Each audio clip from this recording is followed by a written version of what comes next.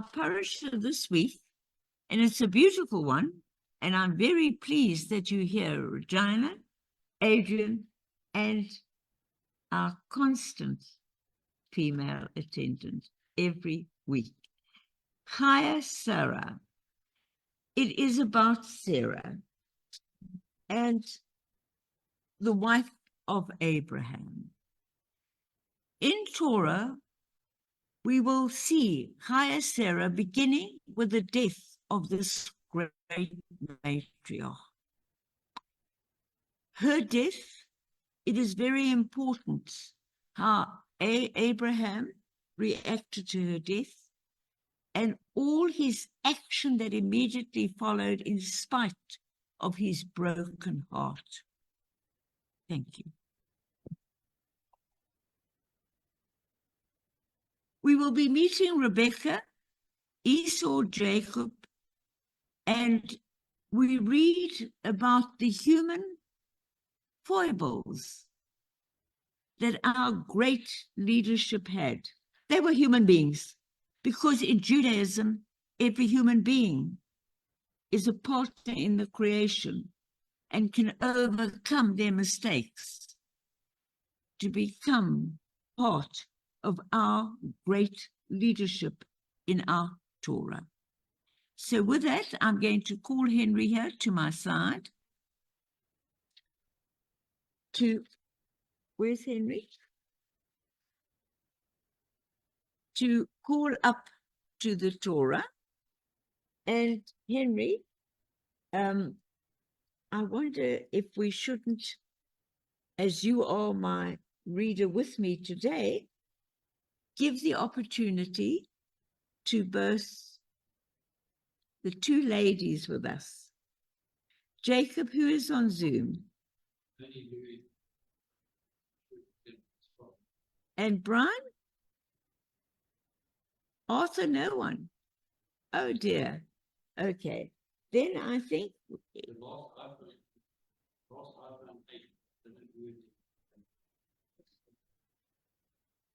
but you think Louis is there and can take an aliyah, because I know he's not well. All right. Okay. And would you call up for an aliyah while we're waiting for Louis? Hannah? Your Hebrew name, Regina? Hannah? But?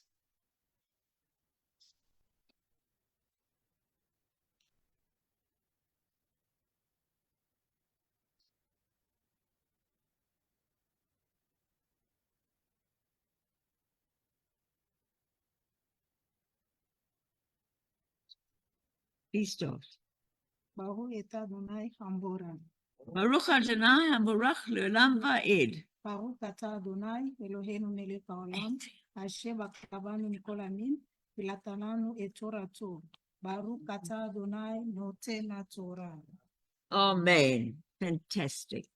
Now, in honor of the wonderful woman of this congregation, and Chayei Sarah means this is the life of Sarah. That is the first line. Okay, you can just be seated in the meantime, Jennifer. And the life of Sarah was, please stay here, Regina. Hannah, stay with me, please. And the life of Sarah was 127 years old. That is the time she passed. These were the years of the life of Sarah. And Sarah died in Kiryat Arba, the same is Hebron, in the land of Canaan. And Abraham came to mourn for Sarah and to weep for her. And Abraham rose up from before his dead and spoke unto the children of Heth, saying, I am a stranger and a sojourner amongst you. Give me a possession of a burial place with you, that I may bury my dead out of my sight. And the children of Heth answered Abraham, saying unto him, Hear us, my Lord. Thou art a mighty prince amongst your people. In the choice of our sepulchres, bury thy dead. None of us shall withhold from thee a sepulchre, but thou mayest bury thy dead. And Abraham rose up. It's very difficult reading. Sorry, I'm just going to move the slide a bit. And Abraham, just put that there, please, Michael. Thank you. Jacob, this has gone off. Could you fix it, please? Michael will. All right. And here, my Lord, thou art a mighty prince among us. In the choice of our sepulchres, bury thy dead. None of us shall withhold from thee his sepulchre, but thou mayest bury thy dead. And Abram rose up and bowed down to the people of the land, even to the children did he bow down.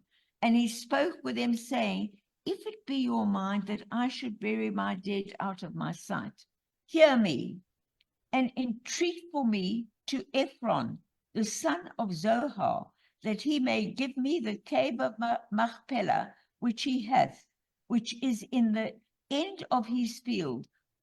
For the full price, let him give it to me in the midst of you for a possession of a burial place. Now Ephron was sitting in the midst of the children of Heth. And Ephron the Hittite answered Abraham in the hearing of all the children of Heth, even of all that went in at the gate of the city, saying, Nay, my Lord, hear me.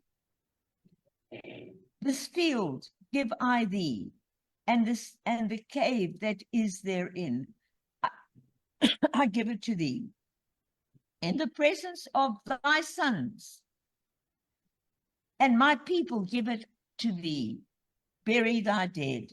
And Abram bowed down before the people of the land, and he spoke unto Ephron in the hearing of the people of the land, saying, But if thou wilt, I pray thee, hear me, I will give thee the price of that field. Take it of me, and I will bury my dead there.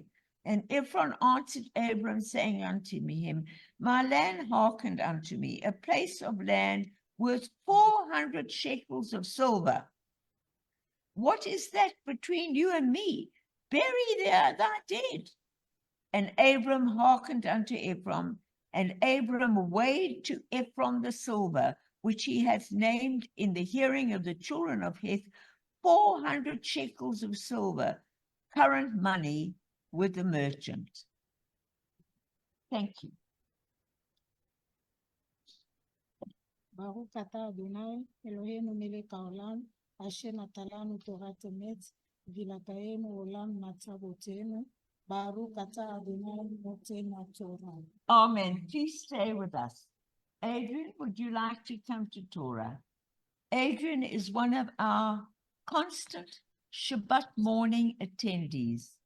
And I thank you for keeping this show of service to wonderful Jewish women like yourself. Okay. You can read the blessing before the reading of the Torah.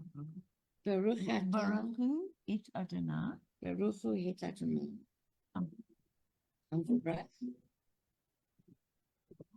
Baruch Adonai. Adonai, Hamborach. המבורך, Le'olam va'ed. לעולם ועד. Baruch atah Adonai. Baruch atah Adonai, Come on. מלך העולם, אשר קדי. כל זה. Amen. Amen. Baruch Baruch Adonai, atah Adonai. Baruch atah Adonai. Es What does that say? Baruch atah Adonai. Come on, read it. On your own. Read it again.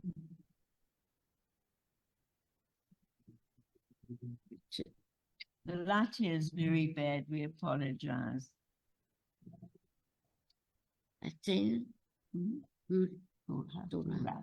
Good. And now we're going to ask you much more often so you can study that. Please stay with me here. And we carry on with the reading. So let me stop here. He was offered the land as a present many times. He was considered a great prince among his tribe, and he refused. And whatever was said, oh, it's worth so much, he paid without a question. And this is crucial to the purchase of land. Every bit of land in Israel has been purchased, which God gave us and promised us, and which we could have just taken. So, the field of Ephron, which was in Machpelah, which was before Mamre, the field and the cave, which was therein, and all the trees that were in the field, that were in all the border thereof round about, were made sure. They were guaranteed. It was paid for. Unto Abraham for a possession in the presence of the children of Heth, before everyone that was there, all that were at the gate of the city. And after this, Abraham buried Sarah, his wife, in the cave in the field of Machpelah before Mamre. The same is Hebron today. And I actually have taken a group to Hebron, and I've personally visited the cave of Machpelah, where Sarah is buried. Isn't that amazing? Thousands of years later. And the field and the trees that is therein were made sure unto Abraham for a possession of a burying place for the children of Heth. And so everyone was witnesses. And Abraham was old and stricken in age. And the Lord blessed Abraham in all things. And Abraham said unto his servant, the elder of the house, that ruled over all that he had, put, I pray thee, thy hand under my thigh, and I will make thee swear by the Lord, the God of heaven and the God of the earth, that thou shalt not take a wife for my son from the daughters of the Canaanites among whom we dwell, but thou shalt go unto my country, to my kindred, and take a wife for my son,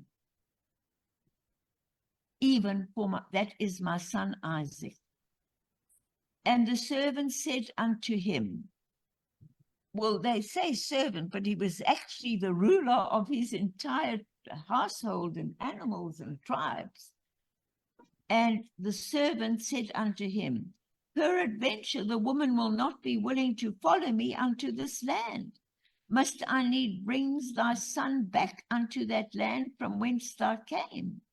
And Abram said unto him, beware thou that thou brings not my son back to thee. In other words, he said, no, I don't want you to take Isaac with you. Leave him here. You go on your own. The Lord, the God of heaven, who took me from my father's house and from the land of my nativity, and who spoke unto me, and who swore unto me, saying, unto thy seed will I give this land. He will send his angel before thee, and thou shalt take a wife for my son from there. And if the woman be not willing to follow thee, then thou shalt be clear from this my oath. Only thou shalt not bring my son back. In other words, if no one is going to follow you, okay, then you don't have to keep your oath and bring someone back. And the servant put his hand under the thigh of Abram, his master, and swore to him concerning this matter. I presume that's what they did in those days. And the servant took 10 camels of the camels of his master and departed, having all goodly things of his master's in his hand. And he arose and went to Abraham unto the city, and he went to Naharaim unto the city of Nahor. And he made the camels to kneel down outside the city by the well of water at the time of evening, the time that women go out to draw water. Thank you. And now, Adrian, I want you to read the blessing. It says here, after reading the Torah. Now, Baruch atah Adonai Eloheinu melech haolam. Asher natan lanu Torah emet v'chaim alayim natan shebechim. Baruch atah Adonai Eloheinu. Torah. Good. Thank you. Please stay with Regina. And who's there? Louis. You think we should allow Hello. Jennifer, Louis today to join the two women? Okay. Jennifer agrees she was going to be my third. Yeah. Louis, would you like to be my third Aliyah? And we really wish you a refuah shema. We wish you better. We miss you very much. Okay. Baruch et Adonai Hamvorach. Baruch Adonai Baruch Le'olam Va'ed.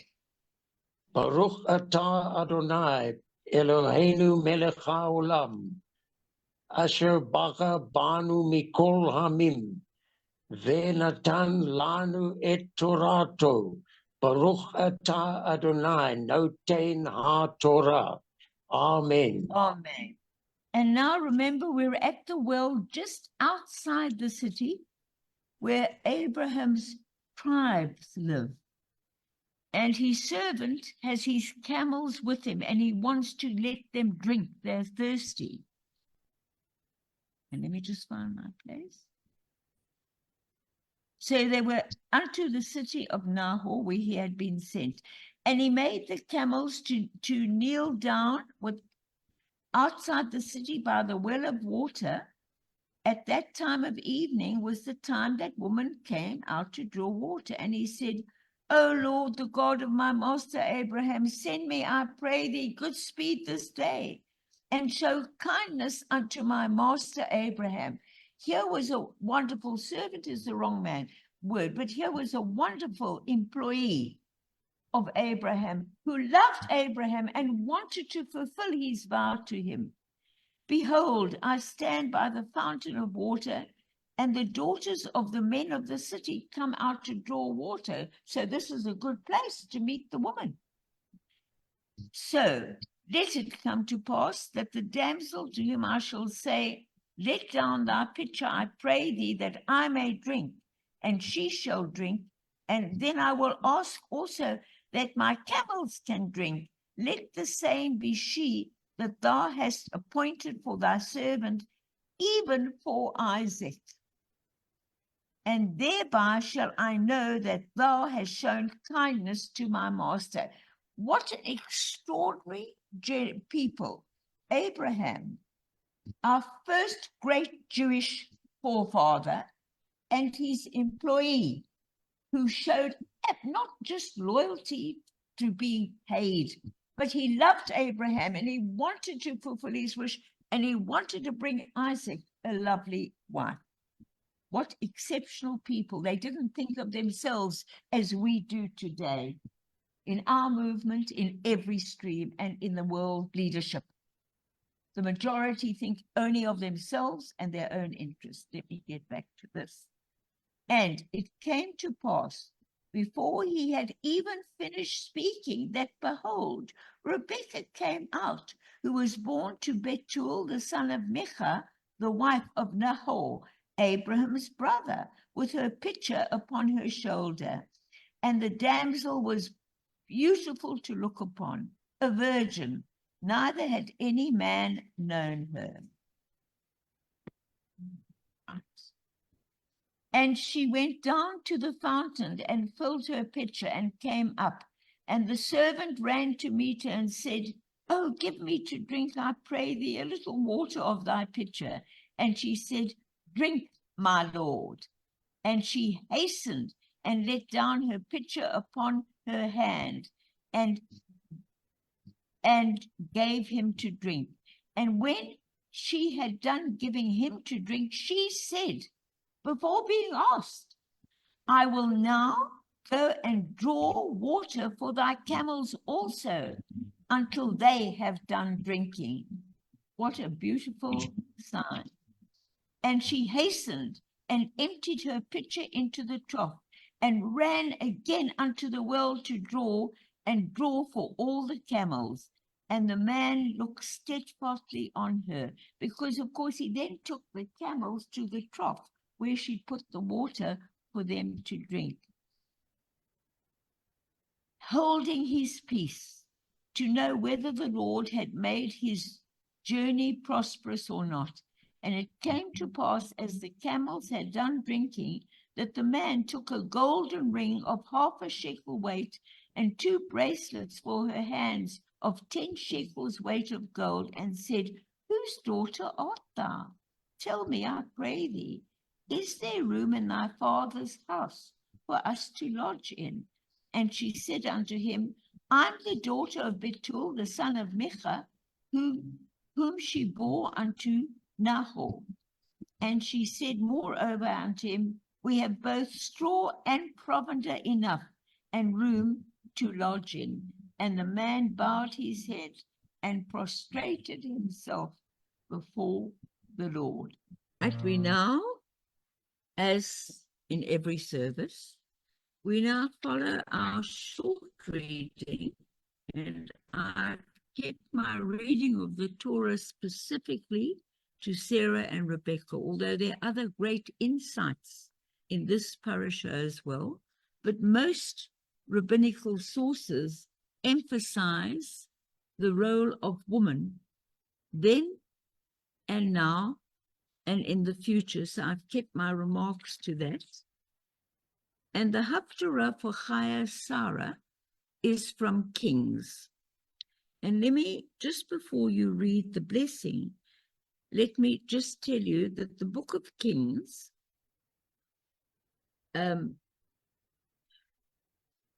gives the history of the monarchy from the last days of David to the Babylonian exile. And of course, as we read from that, we must look at how it is analogous with the Torah as well.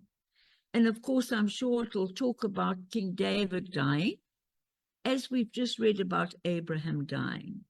And as you see, Abraham, in his very grief, still thought of the next generation and sent his servant to find Isaac a wife. Very, very interesting. So let me now ask Henry, who's being inducted into my colleague today, to read the blessing before we read from the Haftarah. Praise to you, eternal our God, sovereign of the universe, who has chosen faithful prophets to speak words of truth. Blessed are you, eternal one, for the revelation of Torah, for your servant Moses and for your people Israel, and for prophets of truth and righteousness.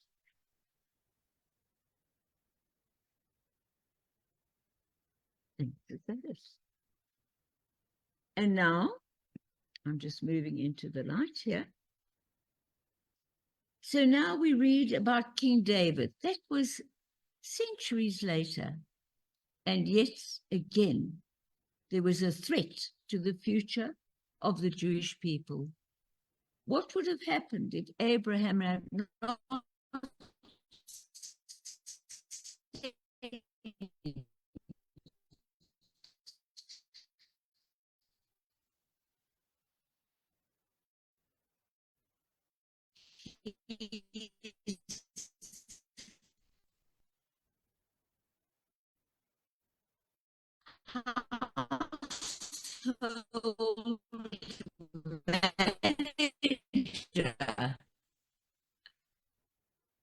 his friend to find Sarah, to find Isaac. Let there be sought for my lord the king a young virgin, and let her be a companion to him, look after him, keep him warm. So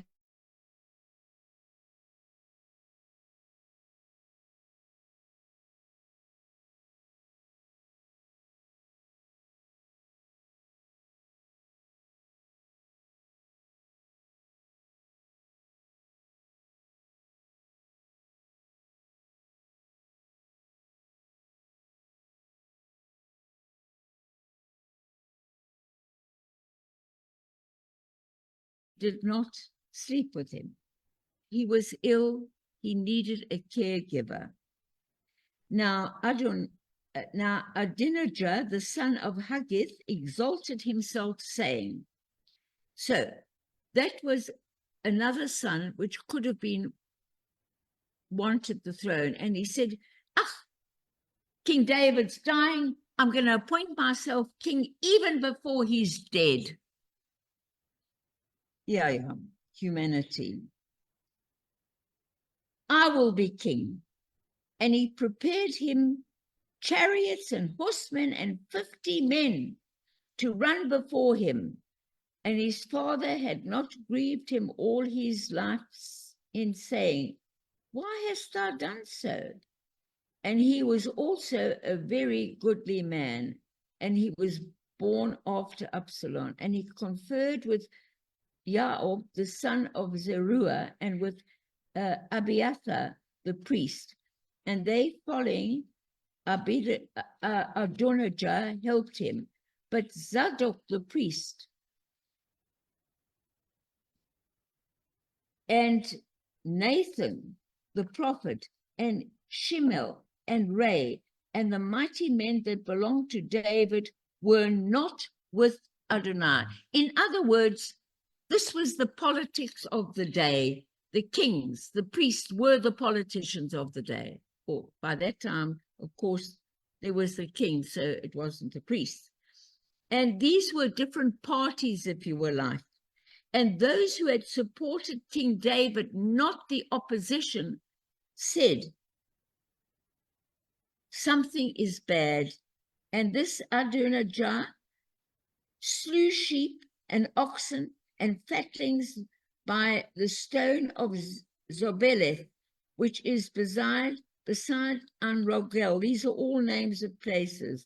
And he called all his brethren, the king's sons, and all the men of Judah, the king's servants. So the king obviously had many sons in different families, and they were split into two parties who were fighting each other to rule the kingdom. But Nathan the prophet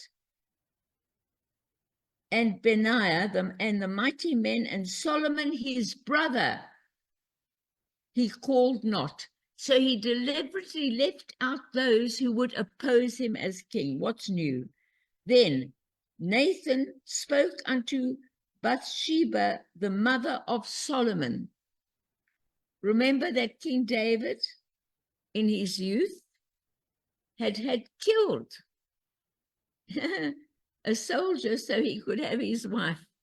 And years later, he admitted his guilt to the nation. They all sat in ashen and sackcloth, and they asked God for forgiveness. That is a hero in the Jewish community, not one who's never sinned, but one who sinned, realize the results of his sin, takes accountability, announces it to the nation, and pays and repentance, changes his thinking, and recompensates everyone.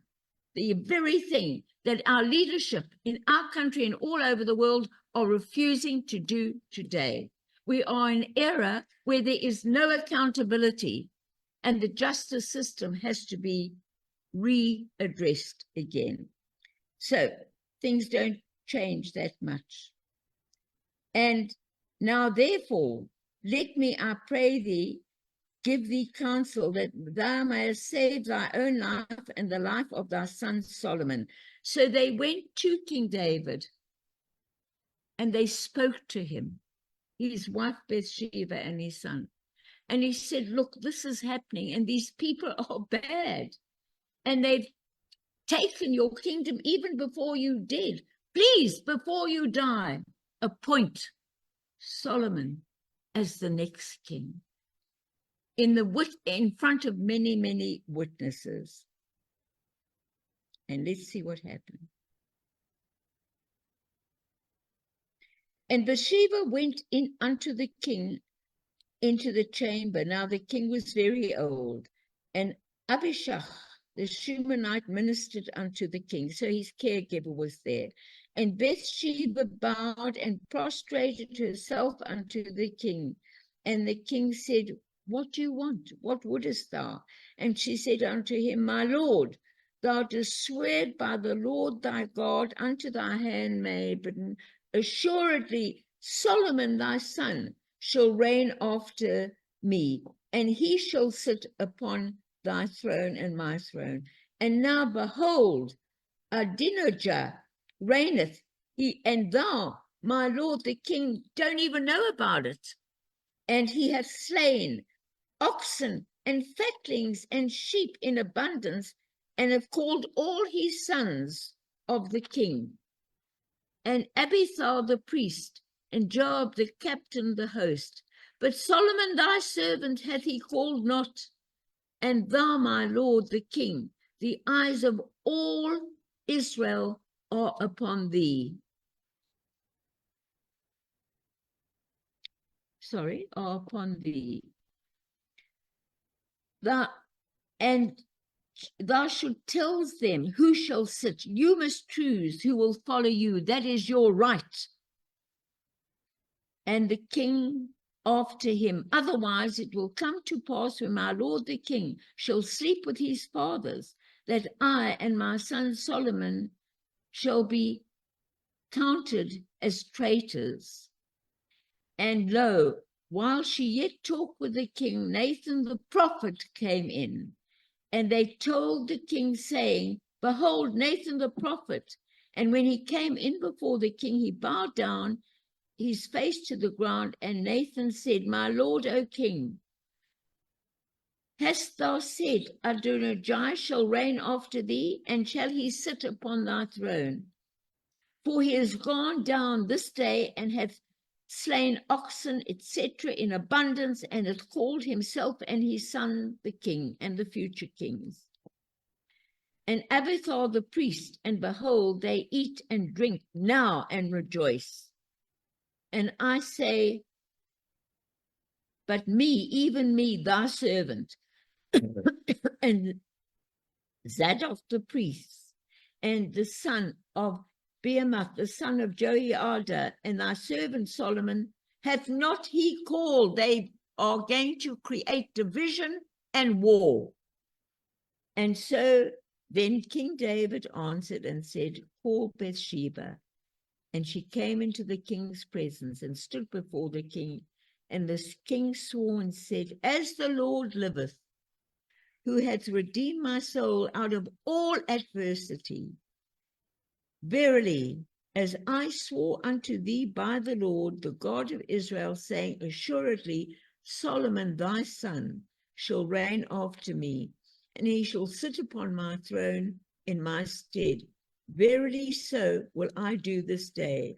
Then Bathsheba bowed with her face to the earth, prostrated herself to the king, and said, Let my Lord King David live forever.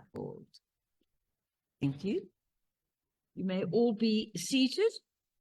And it's just for me now to share a few words with you. And of course, I'm inspired in all the droshas I give, which are not sermons, but it's a discussion. It's observations to open up your minds and to make you think. Torah is a book of laws, and it is there to guide us to peace. In our Torah, it's written that even in war, one should seek peace. And I'm not going to go into any analogies. You know how that reflects on today's wars in Israel, Gaza, Lebanon, Ukraine, Africa, everywhere. Are any of the leaders seeking peace. But that's another story.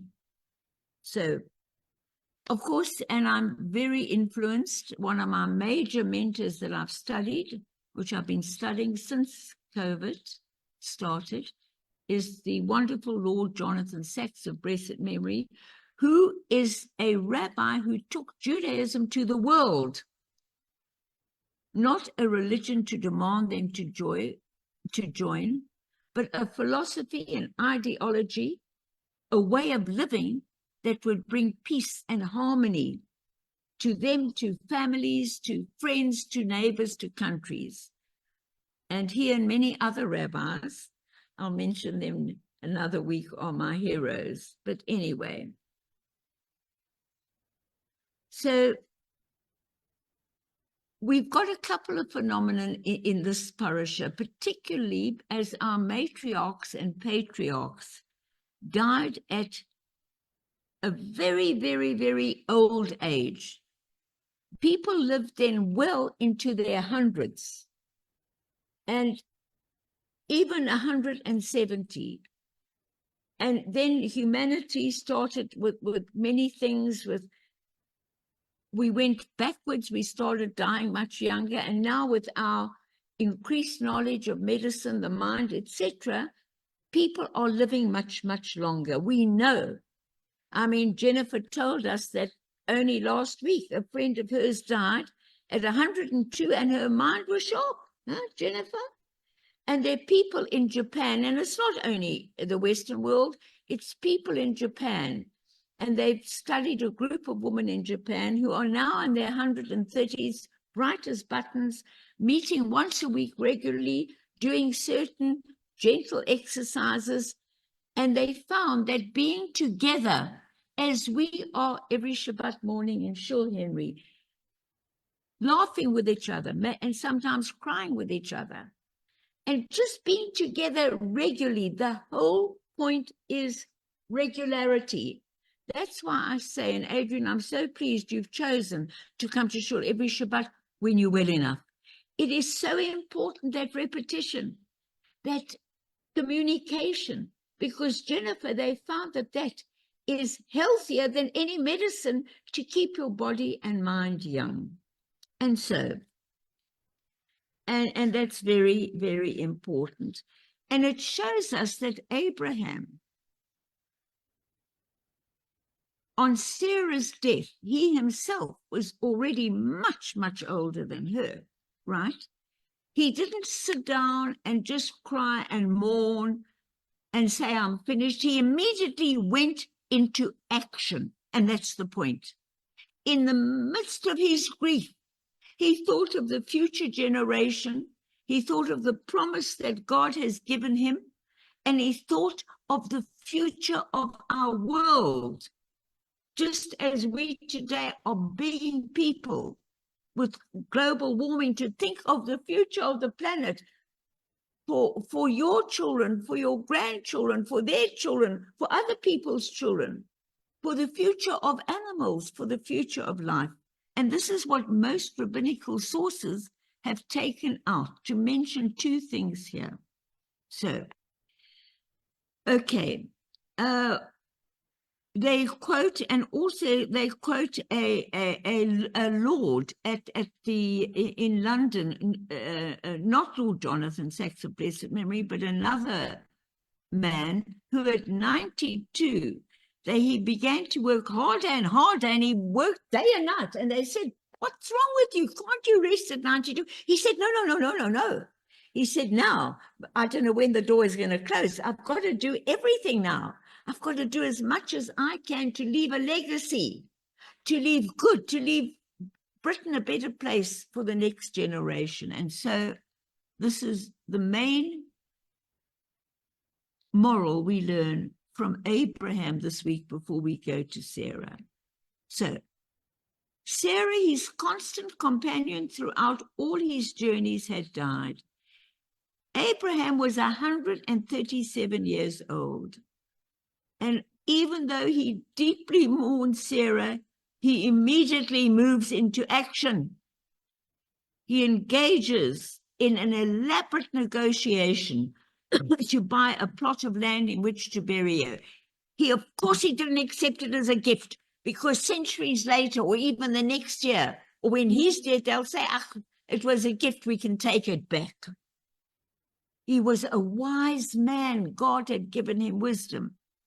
So terribly important to understand. And I want to mention here the Jewish National Fund.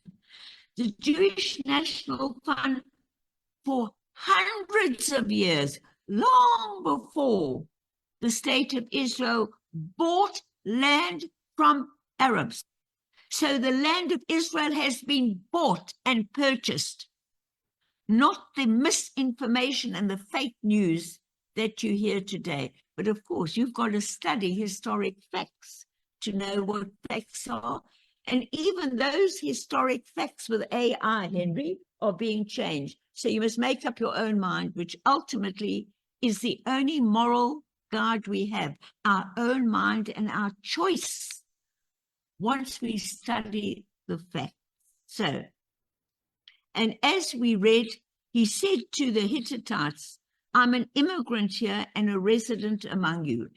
If only we could take this moral lesson and apply it to the immigrants who are with us, those who are honest, those who work hard, those who create jobs, those who buy things. No. What they do today is show those who are dishonest and say they're all the same. You'd better stand up for what is right, my folks. So he says, look, I'm an immigrant and I'm living amongst you permanently, or I'm a resident. Meaning he knows he had no right to buy the land. But he insisted on it. He didn't have to buy it. He insisted on it, and they took the money. It's a deal, a square and fair deal. And that's how most of the land of Israel was bought, even just before its founding. So the Hittites politely tried to discourage him, but he will not be deterred. Equally politely, but insistently, Abraham makes it clear he is determined to buy the land, and in the end he pays a completely inflated price, because they said, oh, it's worth millions of in our country rand, millions, and he said, I'll pay the millions. He didn't argue. Brilliant. So it's a highly significant event because it recorded in great detail and highly legal terminology with witnesses. And 3 times we read the same thing as I read to you over and over, that he purchased it legally in the sight of witnesses. So now, okay. And also Jacob on his deathbed insisted on being buried there, a land, a cave, a part of a land that had been purchased. So something is very important saying here. And we've got a moral lesson. I don't have to take it further from you. So now, when Sarah dies, Abram has not a single inch of land that he can call his own. And yet here is the beginning of the honest purchase of the land that God had given us, even though we had the commitment from God to be given that land. It's our right. It was still paid for legally, and that applies to every square inch we have today. So that is one of the main points. Now let me go to Sarah and Rebecca. It is quite amazing, and I'm going to conclude with this, that the great matriarchs, Sarah, Rebecca, Leah, Rachel, remember they are all part of their era. They all played a role which was consonant with that era. And we know that when Isaac was born, Ishmael, his brother, our family, the Muslims, was, how old was he, Henry? He was 13 years old. And remember that there is a reason that Judaism still had to come through Isaac. There is a reason why we have the Abrahamic Accords. Sarah was an unbelievably caring, loving woman. She didn't want Isaac to be childless. We've already discussed this. So she asked him to father a child with her handmaiden. That was the norm in those days. That's how the tribe spread, finished. And then, like a human being, like human beings, when she did have Isaac, and even before that, this handmaiden, Hagar, taunted her and said, oh, I'm more important to our common husband than you are, because they had multiple wives in those days. And so she made Sarah very jealous. And then Sarah was still jealous of her when she had Isaac, and she sent her away. And hence, look at the woman's roles. But rather than men and women, which I don't like to emphasize, look at the humanity of King David. Look at the humanity of Sarah. King David had a man killed so he could take his wife Bathsheba. But God still allows all this great energy aligned to come through. And Sarah got jealous. But God promised Hagar he'd look after her and Ishmael. So why does it seem that we are destined, A, to be one human family, but B, for the different tribes of that family to fight and kill each other? That is the great lesson we have to learn. We have to learn to respect the other. We dare not be one religion or no religion or only one color or only one anything, because then we get arrogant. And you've heard me say that before. So Abraham was to us an incredible righteous man, and that's why he was chosen to start a new religion.